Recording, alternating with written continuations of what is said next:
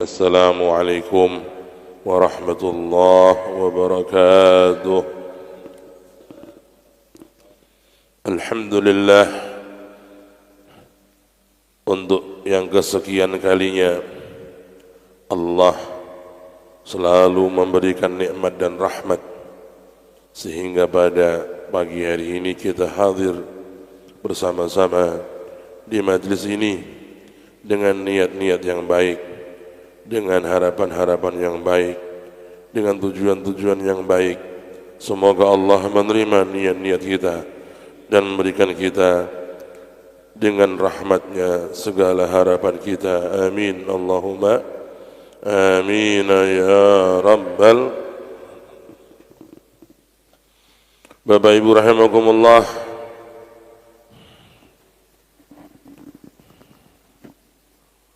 Allah subhanahu wa ta'ala di antara kasih sayangnya dan di antara perwujudan dari kelembutannya adalah mengirim kepada kita dan memilih di antara kita para rasul dan para nabi. Mereka para rasul dan para nabi, perwujudan mereka itu tidak lain adalah karena Allah sayang kepada manusia. Karena Allah memiliki sifat lembut kepada manusia.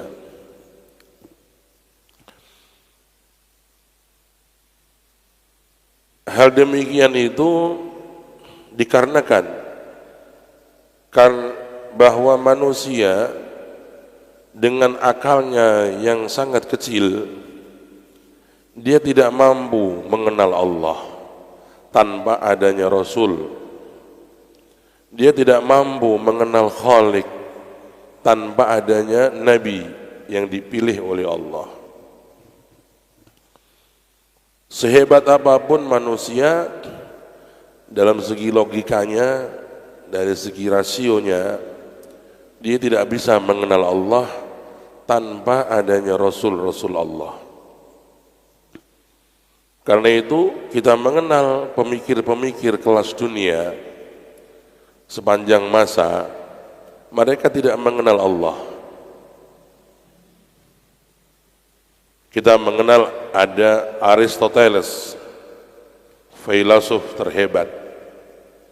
Kita mengenal yang namanya Plato. Kita mengenal yang namanya Alexander, Yunani. Pemikir-pemikir hebat. Orang-orang yang dikatakan pemimpin dunia. Mereka tidak mengenal Allah. Kenapa? Karena mereka tidak bertemu Rasul, tidak bertemu Nabi di zaman-zaman mereka. Dan dengan tidak bertemu Nabi, tidak bertemu Rasul, maka mereka tidak bisa mengenal Allah. Aristoteles berkata bahwa alam ini tidak mungkin terjadi dengan dirinya sendiri. Dia berkata di dalam kesimpulan renungan filsafatnya bahwa alam ini tidak mungkin terjadi dengan alami sendiri. Langit yang kokoh dan kekar tanpa ada retak, tanpa ada kerusakan. Bumi yang begitu luas dan begitu penuh dengan berbagai keindahan dan flora fauna. Belum lagi kalau kita berpikir tentang alam-alam di atas, galaksi-galaksi, bintang-bintang yang jumlahnya bermiliar-miliar, mereka berjalan dalam poros, berjalan dalam tempatnya tanpa bergeser satu mili pun. Dan apabila bergeser satu mili, maka akan terjadi tabrakan-tabrakan yang akan menghancurkan alam ini.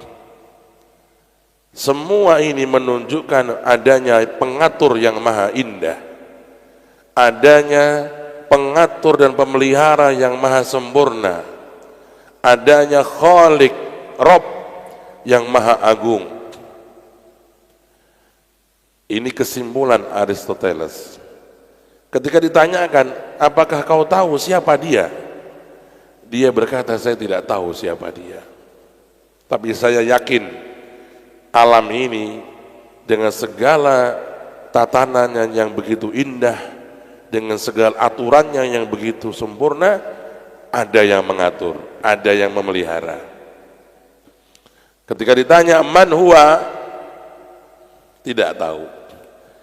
Karena mengenal Allah harus melalui Rasul, melalui Nabi. Karena itulah Allah sebagai bentuk kasih sayangnya kepada manusia memilih para nabi, para rasul yang mendapatkan wahyu langsung dari Allah melalui malaikat Jibril, dan dengan itulah mereka memperkenalkan Allah kepada hambanya dan menunjukkan kepada hamba-hamba itu jalan menuju Allah Subhanahu wa ta'ala.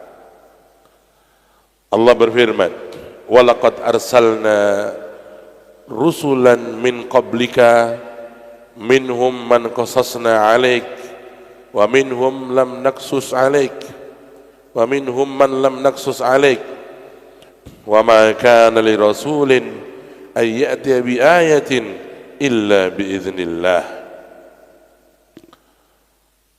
fa idza jaa amrullah qudiyal amru wa khasira hunalikal mubtilun.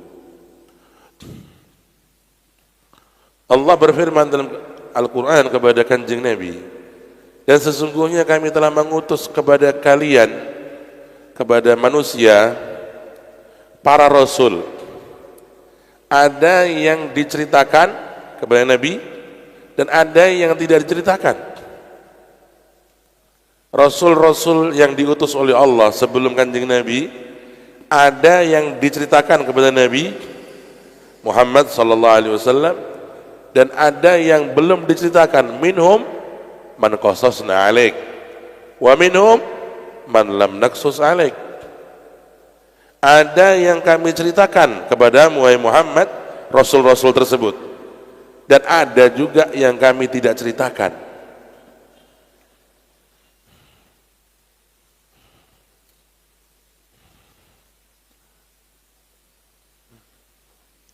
Kemudian di dalam penjelasan Nabi, Allah memberitakan kepada nabinya yang mulia bahwa dari sayangnya Allah kepada hamba-hambanya, kepada manusia, Allah mengutus kepada mereka nabi yang jumlahnya tidak sedikit, rasul yang tidak sedikit. Maka dalam riwayat dikatakan Nabi menyampaikan jumlah nabi adalah 124.000 nabi sepanjang dari mulai zaman Nabi Adam sampai dengan Rasulullah sallallahu alaihi wasallam. Jumlah para nabi adalah 124.000. Masya Allah. Nabi-nabi yang diutus oleh Allah ini membawa petunjuk kepada manusia untuk mengenal Allah, untuk beribadah kepada Allah, untuk mengenal jalan kebenaran menuju surga Allah. Kemudian dari nabi-nabi ini yang jumlahnya 124.000, Allah memilih orang-orang utama lagi. Di samping nabi, mereka diangkat statusnya sebagai rasul. Karena itu rasul lebih utama daripada nabi. Rasul lebih utama daripada nabi. Dan setiap rasul pasti nabi. Belum tentu nabi itu seorang rasul. Nah, setiap rasul pasti nabi, tapi setiap nabi belum tentu rasul. Karena jumlah Rasul adalah 313. 313. Mulane ana wong kadang-kadang duwe angka keramat telu. 313 angka keramat. Jumlahnya para rasul. Itu angka keramat. Termasuk juga jumlah para sahabat Nabi yang ikut dalam perang Badar. 313 ahlu Badr. Angka keramat. Tapi aja krungu wong Jawa engko digo togel iki engko. Nggo nomor engko gitu. Jadi angka keramat maksudnya kalau kita nulis 313 di satu kertas dan kita niatkan kita ngalap barokahnya para rasul yang jumlahnya 313 dan jumlah para sahabat Nabi yang ikut perang Badar sebagai perang yang paling akbar, jumlahnya sahabat yang ikut perang Badar 313. Kita niatkan untuk azimah, untuk penjagaan dari keburukan, dari musibah, dari bala atau dari makhluk-makhluk yang jahat. Kita tulis angka tersebut, kita letakkan di satu tempat, maka bisa menjadi wasilah agar Allah menjaga kita, melindungi kita. Para rasul yang jumlahnya 313 itu ada yang diceritakan kepada Nabi di Al-Quran, yaitu jumlahnya 25 rasul. Karena itu yang wajib diketahui dan diimani oleh seorang mukmin berapa? 25. Karena itu yang disebut dalam Al-Quran, yang disebut dalam Al-Quran 25 rasul. 25 rasul. Inilah yang wajib diimani, kerasulan mereka. 313 hanya dikurangi 25 rasul, berarti masih ada sisanya itu berapa? Weh, itu turu apa wis kakean duit iki? 313 dikurangi 25, 200 288 rasul ini tidak disebutkan dalam Al-Quran, tapi kita wajib mengimani ya, adanya rasul-rasul Allah yang di luar 25 tadi secara kolektif. Ayyuhal ikhwanul kiram, dari 25 rasul yang disebutkan dalam Al-Quran, Allah memilih yang paling hebat, yang paling mulia, yaitu 5. Mereka disebut dengan ulul azmi, yaitu Nabi Allah Nuh alaihissalam, Nabi Allah Ibrahim alaihissalam, Nabi Allah Musa alaihissalam, Nabi Allah Isa alaihissalam, dan Nabiuna wa Maulana Muhammad sallallahu alaihi wasallam. Ini 5 rasul termulia dari semua nabi dan rasul. Kemudian dari 5 tadi ini yang sudah terpilih dari semua rasul, dipilih lagi yang paling mulia. Siapa yang paling mulia? Yang paling mulia 2, yaitu Nabi Allah Ibrahim alaihissalam dan Nabi Muhammad sallallahu alaihi wasallam. Kemudian dari 2 manusia termulia sebagai rasulnya Allah ini, yang paling mulia adalah Nabiuna wa Maulana Muhammad sallallahu alaihi wasallam.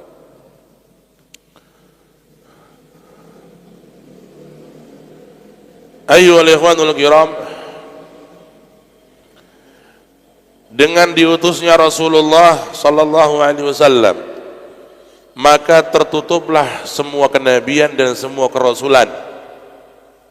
Jadi semua nabi, semua rasul sudah tertutup kemungkinannya setelah diutusnya Kanjeng Nabi Muhammad sallallahu alaihi wasallam. Karena itu Rasulullah dijuluki apa? Khatamul anbiya wal mursalin.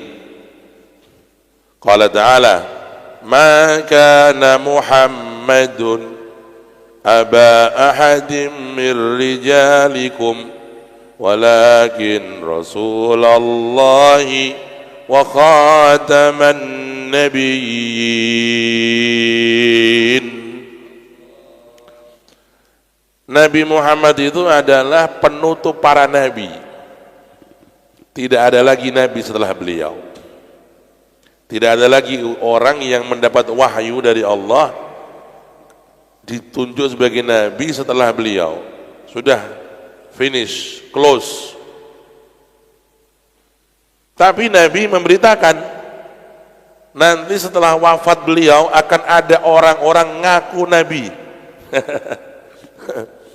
Nabi menceritakan, Nabi memberitakan nanti akan ada orang-orang yang ngaku sebagai Nabi. Maka benar muncul setelah wafatnya Rasulullah, dari mulai zaman awal Nabi wafat, ada orang-orang yang mengaku sebagai Nabi mendapat wahyu. Mereka inilah disebut dengan Nabi palsu.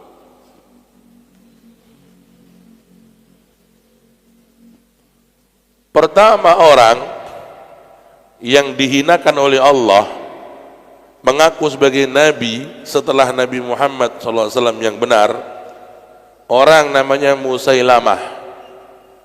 Namanya Musailamah. Musailamah itu laki-laki, bukan perempuan ya. Kadang-kadang wong Indonesia ini nek ngei jeneng cara Arab iki ono tak berarti perempuan. Ya, itu gampangannya. Makanya kadang-kadang ono wong wedok jenenge Hamzah. Wih.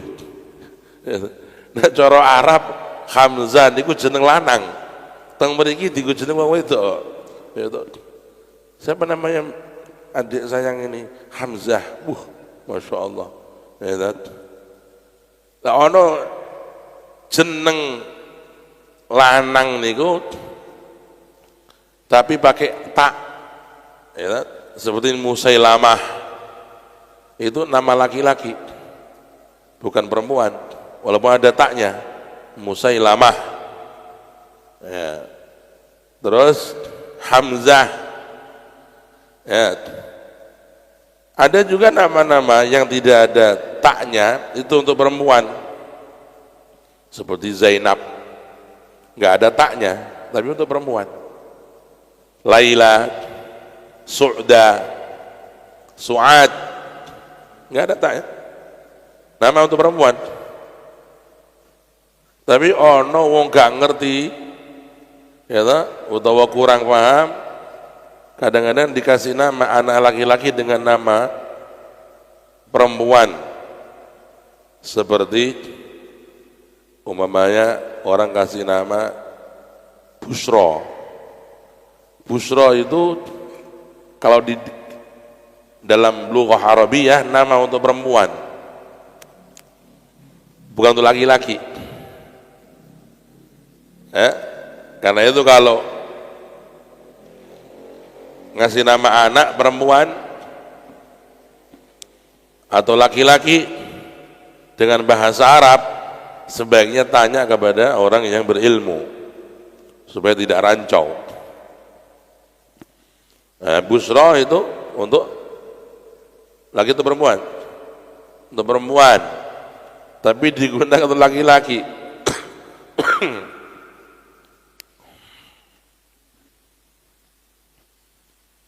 Oleh sebagian orang dengan nama Busra menamai anaknya laki-laki, kecuali dikasih nama awalan Muhammad Busra.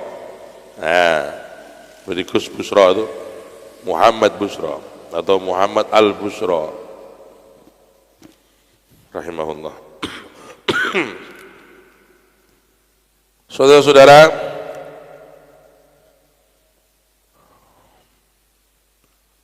Musailamah pertama orang yang mengaku sebagai nabi setelah wafatnya Kanjeng Nabi sallallahu alaihi wasallam. Dan Musailamah ini menjadi fitnah besar di zaman itu. Karena itu pengakuannya dia itu merusak imannya orang di sekitarnya, di kampungnya dia.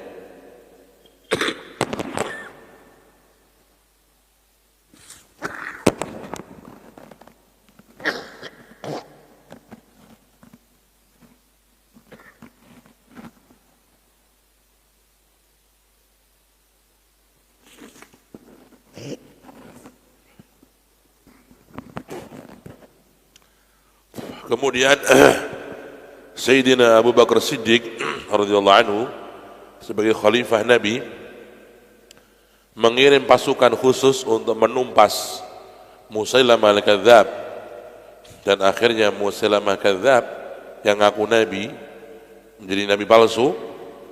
Dia mati ya di tangan sahabat Nabi namanya Wahsy. Ada sahabat Nabi namanya siapa? Wahsy. Dia membunuh Musailamah al-Kadzdzab. Padahal Wahsy ini dulu punya masa lalu yang kelam. Jadi ya orang yang pernah membunuh paman Nabi sendiri namanya Sayyidina Hamzah, singanya Allah. Sayyidina Hamzah dalam perang Uhud itu mati syahid karena dilempari tombak oleh Wahsy dari belakang sampai Sayyidina Hamzah terjatuh. Dia tidak berani dari depan karena Sayyidina Hamzah itu dalam peperangan nggak ada orang yang bisa selamat di depan beliau, semuanya mati di depan Sayyidina Hamzah. Dia lempar dari kejauhan dari belakang tombak sampai mengenai Sayyidina Hamzah. Waktu itu dia sebagai budak dibayar oleh orang untuk membunuh Sayyidina Hamzah. Sebelum Rasulullah wafat, Wahsy datang ke Madinah dan dia masuk Islam. Rasulullah menerima, Allahumma shalli ala Muhammad. Padahal Rasulullah itu sakit hati dan betul-betul kecewa ketika wafatnya Sayyidina Hamzah. Betul-betul Rasulullah kehilangan. Ya, Sayyidina Hamzah ketika meninggal dunia, Nabi sedih, luar biasa sedihnya. Tetapi Rasulullah orang yang tidak punya dendam, Allahumma shalli ala Muhammad. Rasulullah hatinya bersih, semua dilaksanakan karena Allah. Ketika datang Wahsy menyatakan Islam, Rasulullah menerima Islamnya Wahsy. Lalu Wahsy itu berjanji kepada dirinya, ya Allah, aku telah berbuat kebodohan membunuh orang terbaik setelah Rasulullah, yakni Hamzah, Sayyidina Hamzah. Aku kepingin menghapus dosaku dengan satu amalan yang bisa membandingi dosaku ini. Maka ketika ada panggilan untuk berperang di zaman Sayyidina Abu Bakar Siddiq sebagai khalifah, dia berangkat Wahsy, dia kepingin membunuh Musailamah, orang yang mengaku nabi itu.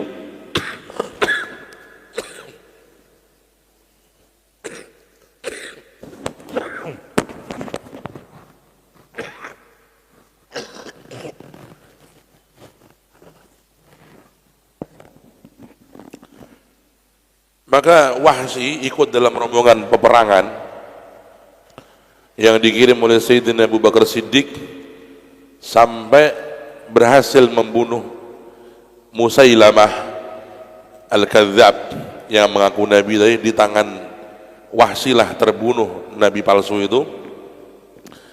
Dia berharap, ya Allah, aku telah membunuh manusia terjelek setelah wafatnya nabi, yaitu Musailamah al-Kadzdzab.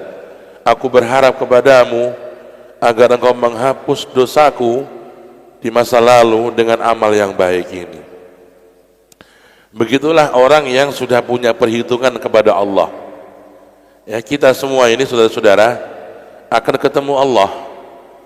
Dan kita yakin akan diperhitungkan semua amal kita oleh Allah. Karena itu orang yang cerdas, dia sudah punya perhitungan. Saya sekarang umur 50, amal saya yang masa lalu sekian persen kebaikannya, sekian persen keburukannya. Maka kedepannya ini harus apa yang saya lakukan ini, apa yang akan saya kerjakan ini untuk melebur dosa-dosa masa lalu. Karena Allah SWT itu saudara-saudara memberikan kita umur dan kesempatan. Bagi orang yang cerdas, dia bisa mengambil satu momen, ya Allah, kau berikan aku waktu dan umur sampai sekarang ini tidak lain adalah kesempatan emas untuk aku bertobat kepadamu dan melebur dosa-dosa masa lalu dengan amal-amal kebaikan yang baru, sehingga dia ada harapan kepada Allah terhapus dosa masa lalu dan akan menjadi melebur dosa-dosa yang masa lalu. Inilah orang yang cerdas, ya, orang yang menggunakan waktu sisa umurnya untuk taubat, untuk berbuat baik, melebur dosa-dosa yang telah dia lakukan, menghapus kesalahan yang telah dia kerjakan. Apalagi kalau sudah bertambah umur, apalagi yang pernah berbuat maksiat-maksiat besar, maka hendaknya dia banyak bertaubat, dia banyak menangis kepada Allah, banyak dia menyendiri bersama Allah dan bersujud dan memohon ampun kepada Allah.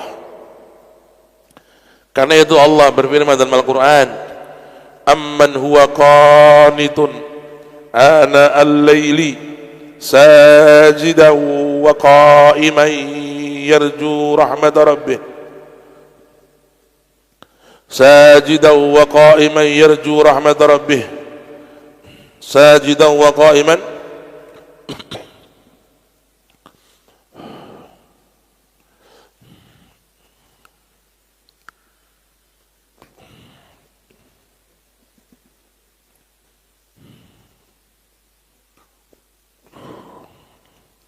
ساجدا وقائما يحذر الآخرة ويرجو رحمة ربه قل هل يستوي الذين يعلمون والذين لا يعلمون وما إنما يتذكر أولو الألباب. Allah berfirman, apakah orang yang dia itu kalau malam hari berdiri untuk taat kepada Allah, dia salat, dia sujud kepada Allah, apa yang dia hendaki? Dia yahdzarul akhirah, dia khawatir bagaimana nanti di akhirat, dia khawatir nanti bagaimana di alam kubur, dia ada khawatir bagaimana keadaan dia nanti bertemu Allah. Ini orang yang diceritakan oleh Allah dalam Al-Quran, amman huwa qanitun ana al-lail sajidan wa qa'iman yahdharul akhirah. Orang yang dia tengah malam sujud, dia tengah malam menangis, dia tengah malam sibuk istighfar, dia tengah malam sibuk berdua dengan Allah, dia punya satu tugas penting, yaitu dia kepingin mengatakan kepada Allah, ya Allah, saya masih khawatir tentang akhirat saya masih khawatir tentang alam kubur saya. Yahdharul akhirah wa yarju rahmat rabbih. Setelah dia memiliki kekhawatiran kepada Allah tentang akhiratnya, tentang alam kuburnya, dia ada harapan kepada rahmat Allah. Karena rahmat Allah sangatlah luas, rahmat Allah sangat melebihi dosa-dosa hambanya. Rahmat Allah dijanjikan kepada orang yang berbuat kebaikan. Qul hal yastawil ladzina ya'lamuna wal ladzina la ya'lamun. Katakan kepada mereka, hai Muhammad, apakah sama orang yang dia tahu akhirat dengan orang yang tidak tahu akhirat? Orang yang tahu akhirat, kehidupan yang panjang, yang lama, yang tidak ada ujung pangkalnya, dia penuh kekhawatiran, dia penuh perhitungan. Akan berkata apa? Dia berhitung. Akan berbuat apa? Dia berhitung. Jangan sampai dia berkata satu kalimat yang akan menjerumuskan dia ke dalam neraka. Dan dia mengingat sabda Rasulullah, Allahumma shalli ala Muhammad, wa innar rajul la yatakallamu bi kalimatin la yulqi laha balan yahwi biha fin nari 70 kharifa atau 70 ama atau kama qala. Seseorang kadang-kadang dia berucap satu kalimat yang dianggap sepele, padahal kalimat itulah yang menjerumuskan dia ke dalam neraka 70 tahun kedalaman perjalanannya. Untuk sampai ke dalamnya itu 70 tahun, 70 kharifa. Satu kalimat, saudara-saudara.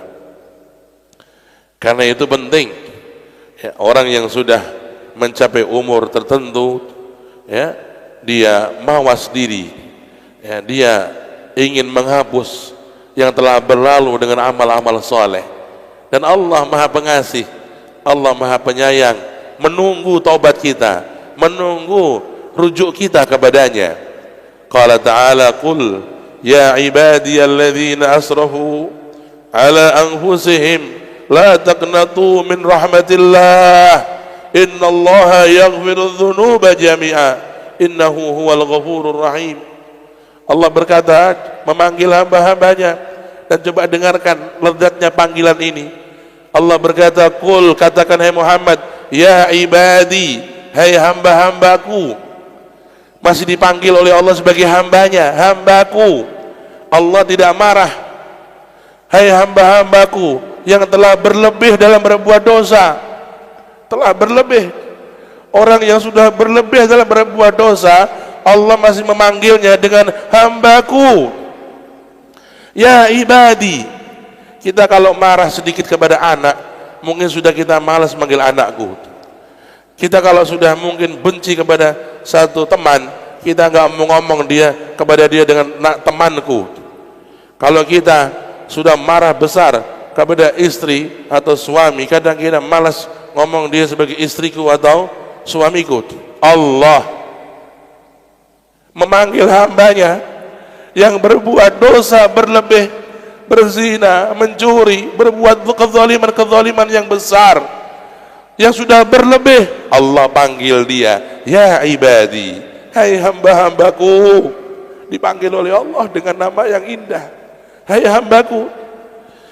Alladzina asrafu ala anfusihim, yang telah berlebih berbuat kezaliman dan bahaya untuk diri mereka sendiri.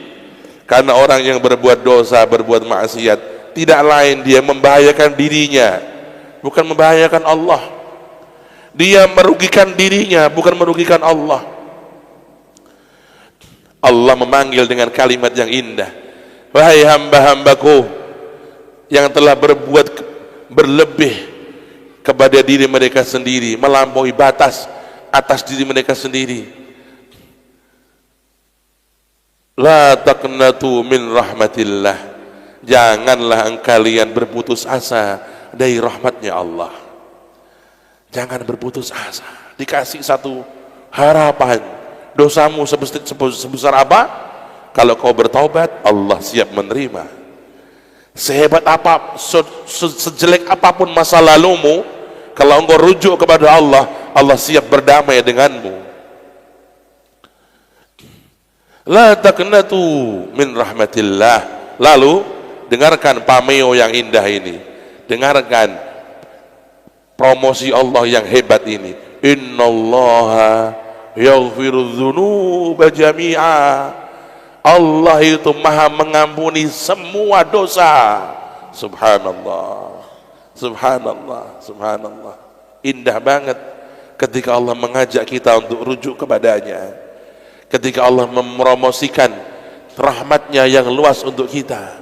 Sesungguhnya Allah Maha mengampuni semua dosa. Dosa yang kalian ingat maupun yang tidak kalian ingat. Dosa yang kalian sadari maupun yang tidak kalian sadari. Dosa kecil, dosa besar, semua dosa Allah siap mengampuninya. Innahu huwal ghafurur rahim. Sesungguhnya Dia Allah Zat yang Maha Pengampun dan Maha Penyayang. Ayyuhal ikhwanul kiram, maka kita gunakan hari-hari yang akan datang.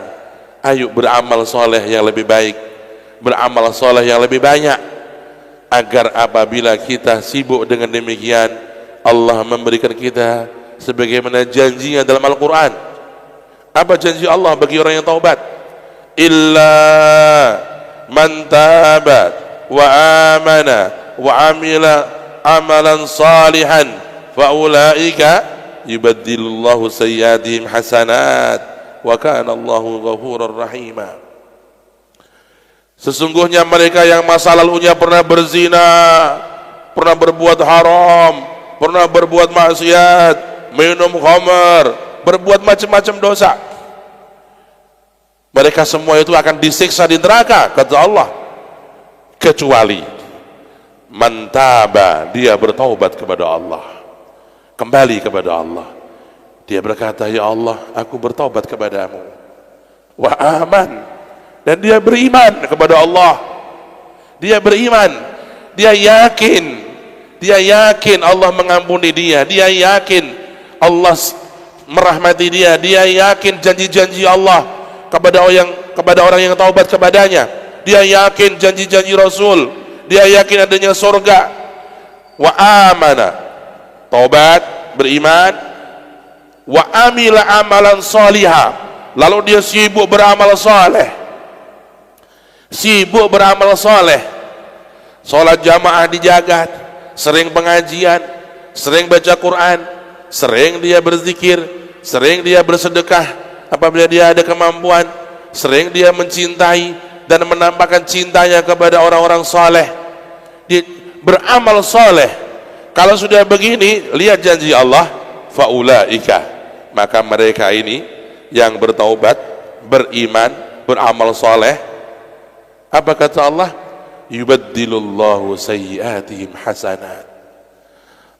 Allah menghapus dosa-dosa yang telah dia lakukan, lalu yang lebih indah lagi nih, diganti, setelah dihapus diganti menjadi pahala. Luar biasa ayat ini, saudara-saudara. Kalau orang bertaubat diampuni saja sudah beruntung. Ya Allah, saya pernah berbuat maksiat, saya ampuni, sudah untung ini, udah selamat. Tapi Allah memberikan lebih, ayyuhal ikhwan. Dijanjikan penghapusan dosa, lalu yang tadinya tulisan dosa dirubah menjadi pahala. Allahu Akbar, Allahu Akbar. Faulaika yubaddilullahu sayyiatihim hasanat. Sayyiatihim dirubah menjadi apa? Hasanat. Wa kana Allahu ghafurur rahima. Dan Allah itu adalah zat yang Maha Pengasih, Maha Pengampun dan Maha Penyayang. Saudara-saudara, Allah yang seindah ini tawarannya, adakah kita masih malas berdamai dengannya? Allah yang begitu mulia dengan zatnya menawarkan kedekatan kepada kita, adakah kita masih berlambat-lambat untuk mendekat kepadanya?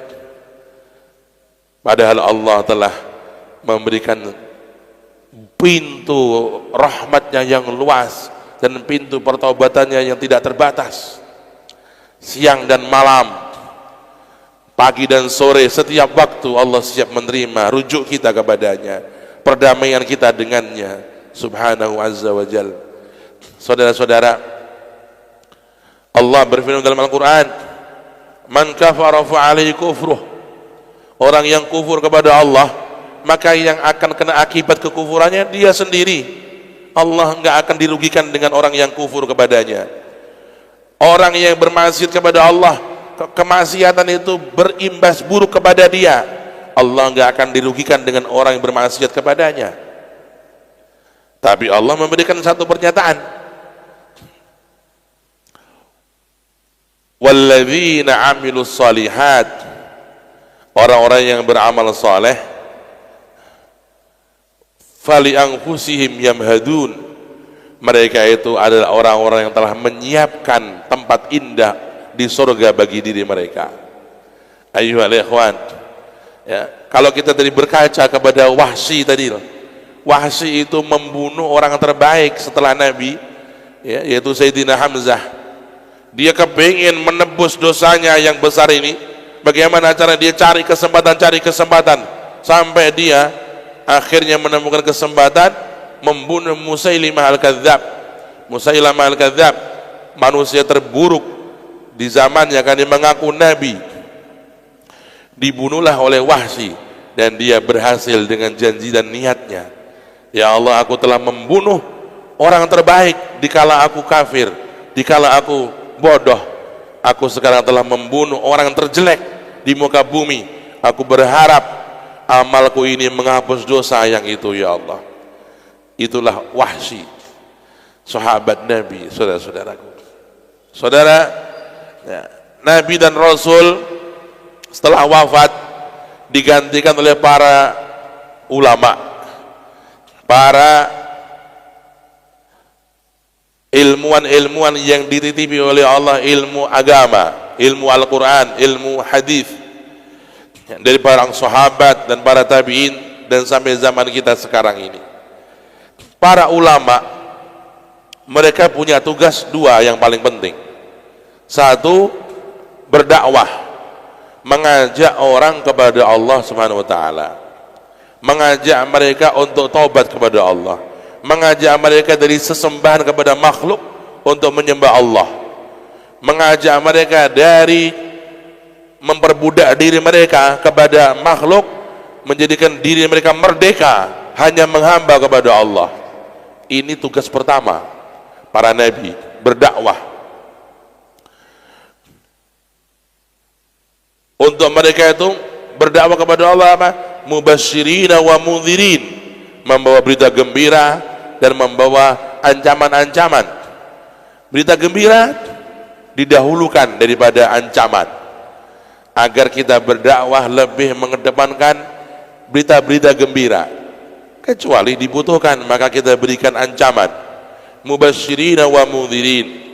Allah berkata dalam Al-Quran, inna arsalnaka syahidan wa mubasyira wa da'iyan ilallahi biidnihi wa sirajan munira wa da'iyan ilallahi biidnihi wa sirajan munira wa basyiril mu'minina bi anna lahum minallahi fadlan kabira. Saudaraku, tugas yang kedua para nabi, terutama Nabi Muhammad, Allahumma shalli ala Muhammad, beliau berkata, aku diutus oleh Allah untuk menyempurnakan akhlakul karimah. Akhlakul karimah adalah misi diutusnya Nabi, Allahumma shalli ala Muhammad. Ini adalah tugas Rasul. Pertama, berdakwah. Kedua, menyempurnakan akhlak. Sekarang banyak kita melihat manusia, mereka itu menjadi budak-budak selain Allah. Ada manusia diperbudak dengan harta, ada manusia dia diperbudak dengan jabatan, ada manusia diperbudak dengan syahwatnya sendiri, ada orang menjadi budak dari nafsunya sendiri, ada orang menjadi budak untuk popularitas. Ini semua orang-orang yang perlu kita ajak. Kalau kita berteman dengan orang dan kita kenal dengan seseorang, dia masih dalam kelas itu, kita punya tanggung jawab berikan nasihat. Wahai saudaraku, kita ini hidup, ya, diajak oleh Rasulullah menjadi hamba Allah yang merdeka. Maka jangan kita mau menjadi budaknya hawa nafsu kita, menjadi budaknya syahwat kita, menjadi budaknya dunia, menjadi budaknya harta benda, menjadi budaknya makhluk-makhluk di dunia ini. Jangan mau. Apalagi menjadi budak manusia, menjadi budaknya makhluk-makhluk selain manusia. Jadilah budaknya Allah, mulia. Kalau orang menjadi hambanya Allah, menjadi budaknya Allah, mulia. Tapi kalau menjadi budaknya selain Allah, hina. Ya, karena itu Rasul bersabda, ta'isa abdud dunya, ta'isa abdud dinar, ta'isa abdud dirham, ta'isa abdul qatifah, ta'isa wantakas, fa'idha syika falantakas. Celaka, hina orang yang menjadi budaknya dunia, kata Nabi. Celaka dan hina orang yang menjadi budaknya duit. Celaka dan hina orang yang menjadi budaknya pakaian dan karpet. Ya, kalau dikasih dia senang, kalau enggak dikasih dia murka. Ini orang-orang yang perlu kita nasihatin, dan kita nasihati diri kita sendiri. Jangan sampai kita menjadi budak-budak selain Allah. Jangan kita memperbudak diri kita kepada selain Allah. Rasulullah yang mengajak kita untuk merdeka hanya menjadi budaknya Allah, hamba Allah. Saudara-saudara, inilah tugas para ulama. Maka menasihatkan kepada umat, jangan kita mau diperbudak dengan selain Allah, agar kita hidup kita ini bahagia dan kita merdeka. Sekarang banyak orang hidupnya susah, sempit, sulit, tidak lain karena dia menghambakan dirinya kepada selain Allah. Dia menghambakan dirinya kepada benda-benda, kepada makhluk-makhluk. Maka dia hidupnya tidak merdeka, hatinya, batinnya tersiksa. Orang yang hatinya bahagia dan merdeka adalah orang yang hanya menjadi hambanya Allah, hanya menghamba kepada Allah. Saudaraku rahimakumullah, ini tugas yang paling penting, berdakwah. Dan kita mengajak bukan hanya diri kita, istri kita, anak kita, ya, orang-orang yang terdekat dengan kita. Ayo, menjadilah hamba Allah, jangan menjadi hamba selain Allah. Ayo kita jadikan diri kita ini budaknya Allah, bukan budaknya selain Allah.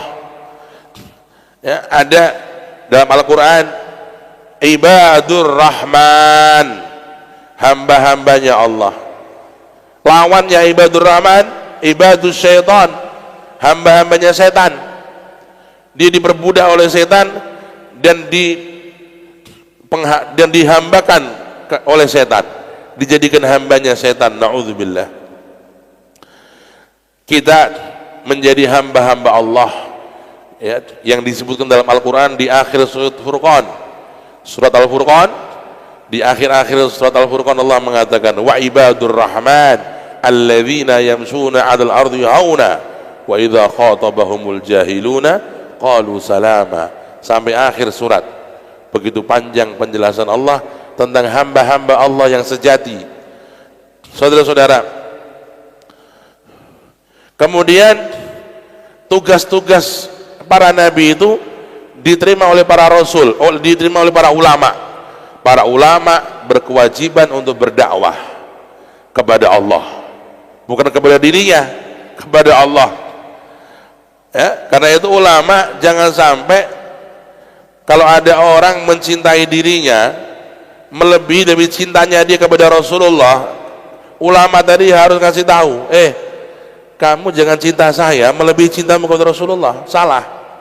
Cintailah saya untuk mencintai Rasulullah, karena yang paling penting itu cinta Rasulullah. Kalau ada orang katanya alim atau mubalik atau ustadz atau kiai atau apapun namanya, dia membiarkan orang mencintai dia melebihi dari cintanya dia kepada Allah dan Rasulnya, ini pengkhianat. Tujuan Allah menjadikan engkau sebagai orang alim, berdakwah, mengajak orang itu taat Allah, taat Rasulullah, bukan taat kepada kita. Taati Allah, taati Rasulullah, bukan harus taat kepada kita. Nah sekarang ada model orang diminta untuk taat kepada dia, bahkan melebihi taatnya dia kepada Allah. Kalau dia berkata harus ikut, walaupun melanggar Allah harus ikut. Ini adalah pengkhianat. Wal'iyadzubillah. Ya. Orang yang berilmu diangkat derajatnya oleh Allah dengan derajat setinggi-tingginya, yaitu derajat yang setelah para nabi.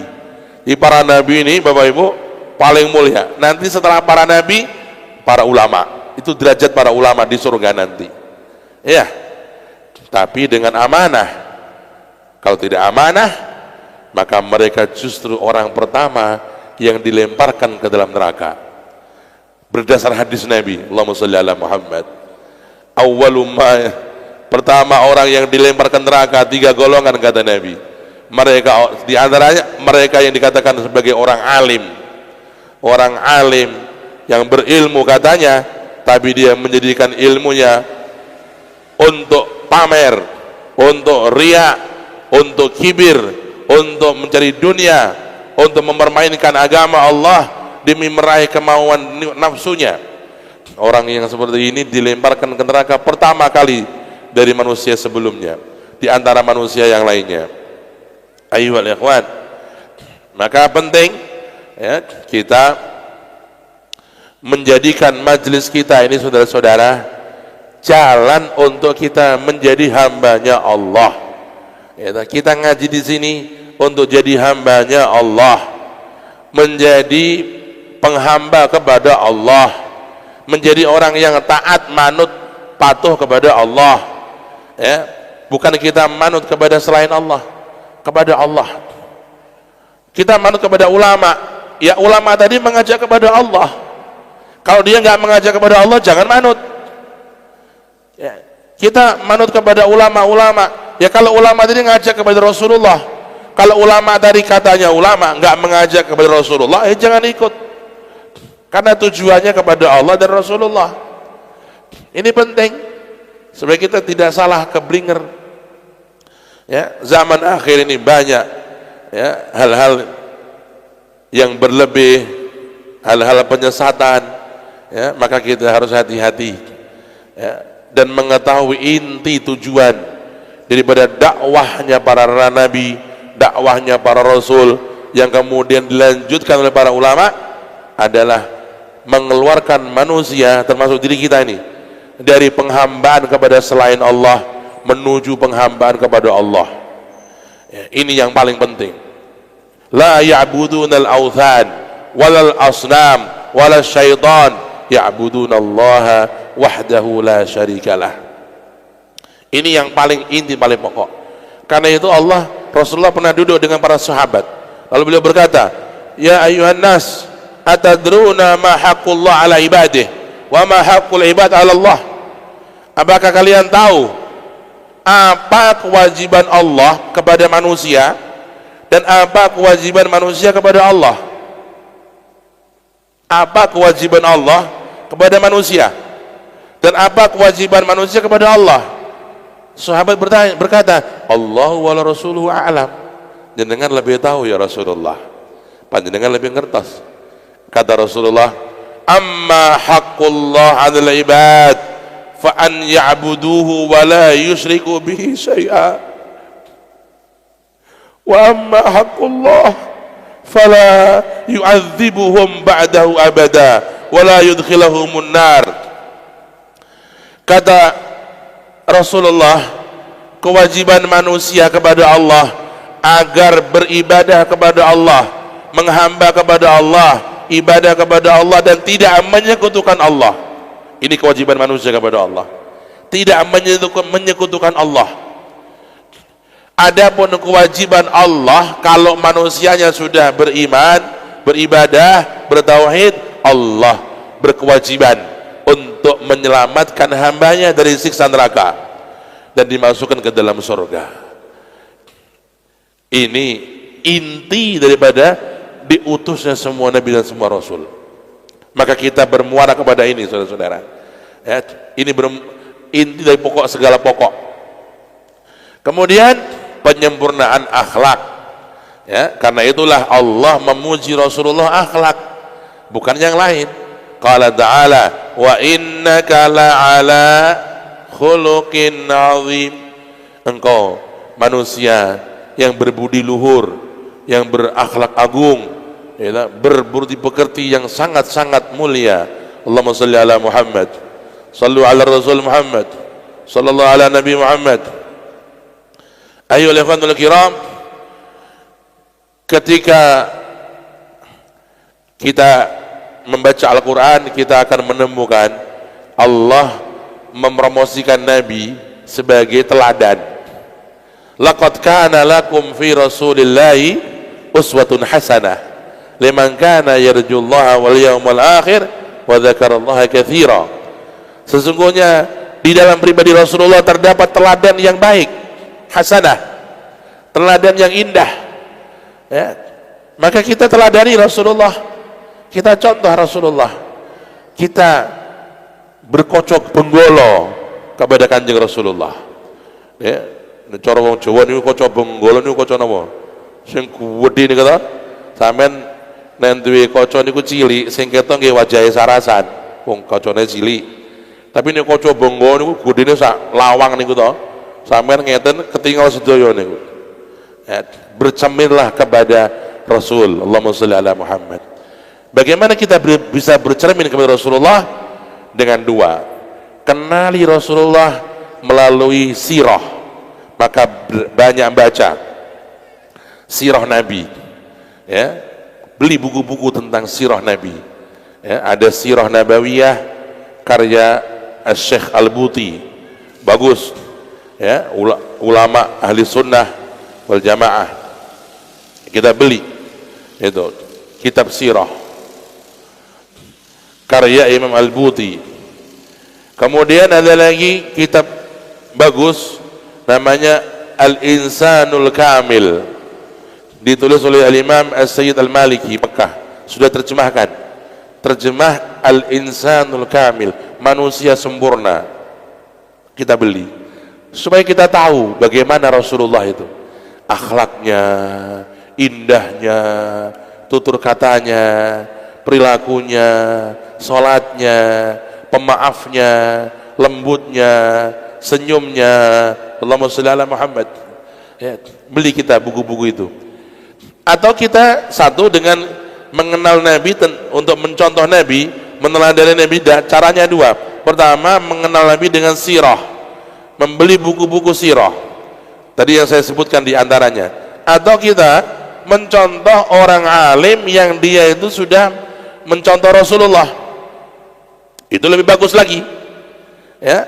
Ada orang alim yang dia itu sudah duplikat Nabi, kalau senyum seperti Nabi, Allahumma shalli ala Muhammad, ya. Kalau dia berbuat seperti Nabi, walaupun keteladannya itu enggak sempurna, peneladannya belum sempurna, tapi sudah mencapai, mendekati sempurna, ya. Seperti guru-guru mulia kita tuh, Al-Imam Al-Habib Umar bin Hafidh, Al-Habib Zain bin Smith, ya. Saya berkumpul dengan guru saya, ya, berpuluh-puluh tahun. Saya melihat guru saya itu, apa yang beliau lakukan itu persis dengan Nabi, Allahumma shalli ala Muhammad, ya. Di dalam istiqomahnya, di dalam ibadahnya, di dalam akhlaknya, di dalam senyumnya, di dalam mengukur kata-katanya, persis. Orang-orang yang diberi oleh Allah kemampuan dan khususiyah bisa meneladani Nabi begitu hebat, mendekati sempurna, ya, mendekati sempurna. Ini kita jadikan contoh teladan ulama-ulama yang sudah betul-betul mengikuti Nabi secara maksimal, ya. Subhanallah, dengan mengikuti mereka maka kita bisa mengikuti Rasul. Atau kita dengan membaca sirah-sirah Rasul, kita tergerak untuk meminta taufik dari Allah untuk mengikuti Rasul. Ini dua cara inilah kita bisa meneladani beliau, ya. Apa sih keuntungannya meneladani Nabi? Meneladani Nabi itu ada keuntungan yang paling besar, yang disitulah berlomba semua orang yang berilmu dan berakal. Apa keberuntungan orang yang meneladani Nabi? Rasulullah bersabda, aqrabukum minni majlisan ahsanukum khuluqa. Orang yang nanti di akhirat paling dekat duduknya denganku adalah orang yang paling baik akhlaknya. Dengarkan lagi, orang yang paling baik nanti di akhirat duduknya denganku di sebelahku, paling dekat siapa itu? Kata Rasulullah, yang paling baik akhlaknya di antara kalian.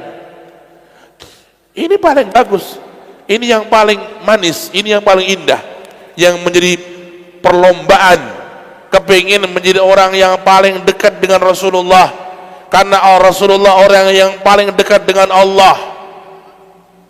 Maka kita berlomba di sini menjadi orang yang paling baik akhlaknya. Saudara-saudara, ya, ayo teladani ulama-ulama yang saleh, yang berakhlakul karimah.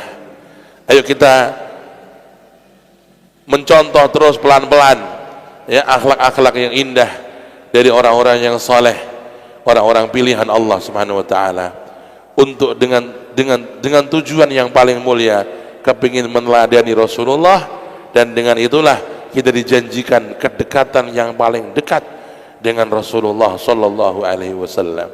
Saudara, kalau kita dijanjikan duduk di sebelahnya bupati, kita kepingin banget.